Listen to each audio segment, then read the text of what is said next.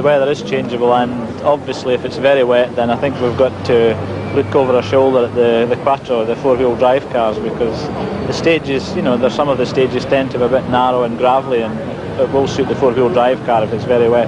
I think it's the last event for the Group B Mantas, and we'll just see how well the Ford Cosworth goes against them.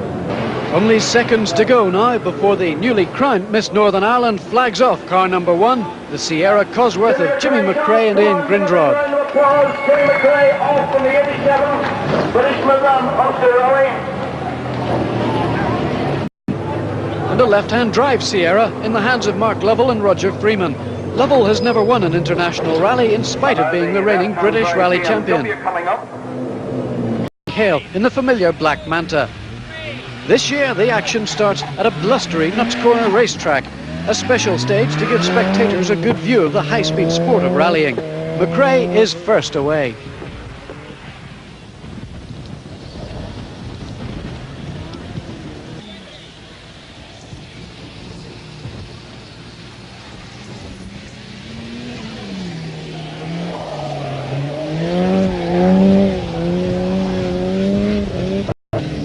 Mark Lovell in the distinctive yellow Sierra is next away. His time for the lap, 58 seconds, equal with Brooks and 2 seconds quicker than McRae. After the racetrack, it's onto the roads and the rally begins for real. Mark Lovell is surprising everyone with his early pace. The Englishman is determined not to be a runner-up all the time. Behind him, Englishman Phil Collins makes it 3 Sierras in the top 10 plus 4 Mantas. 3 stages gone, the man setting the early pace is Mark Lovell. No problems so far? No, not really, just tyre choice.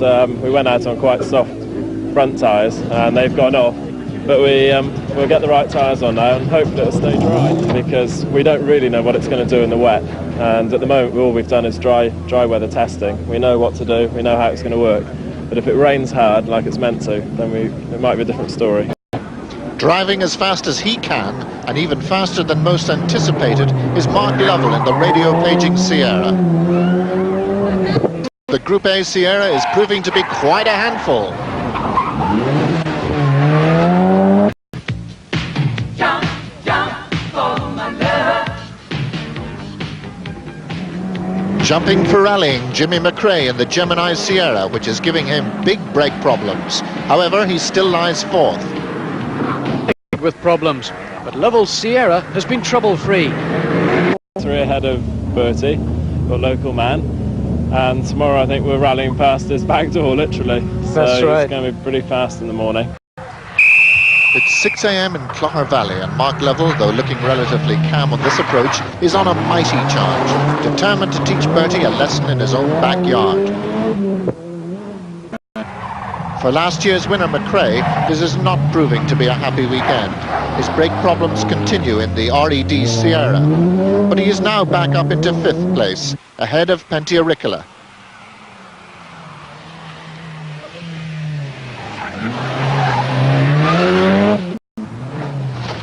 Phil Collins is in 7th place in the Brooklyn Sierra, over a minute behind Auricola. But he is heartened by the fact that the Group N Sierra Cosworth that he has hired to Ferreras.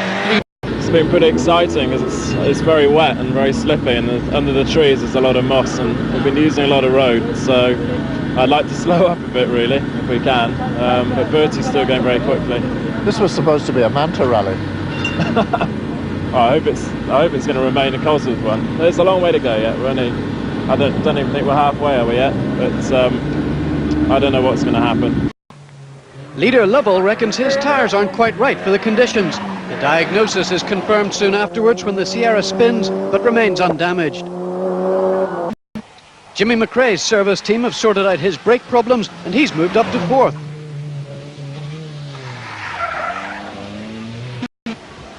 Phil Collins in the Sierra displays some frontal damage after he hit a gate post.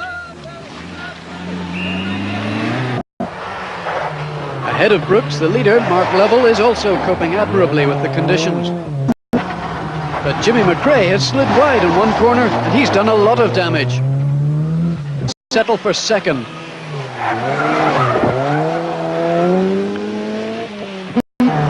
Ahead of him, the damage to McRae's Sierra is very apparent. McRae's car receives a lot of attention, but for Bertie Fisher, it's time to accept the inevitable. Still, the work goes on to fix the McRae Sierra after the championship leader's rare mistake. Clipped the back just on mud, just clipped the back corner, then in the next corner right, it just understeers into the bank.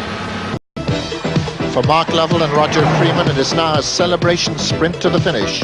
The Mike Little team can celebrate 5 victories in a row, but for the British champion, this one is the one that really counts, as it's his first international. Man. Jimmy McRae and Ian Grinrod provide the last-minute drama. They are late on the road following a water pump change.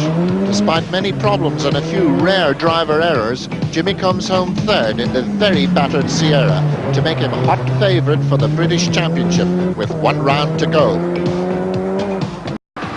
Phil Collins and Brian Thomas will be 7th in their Sierra, not without many moments as we have seen. However, they will be the only Phil Collins car to finish. Stephen Finlay retired their Manta with engine problems, and Ferreras crashed the Group N.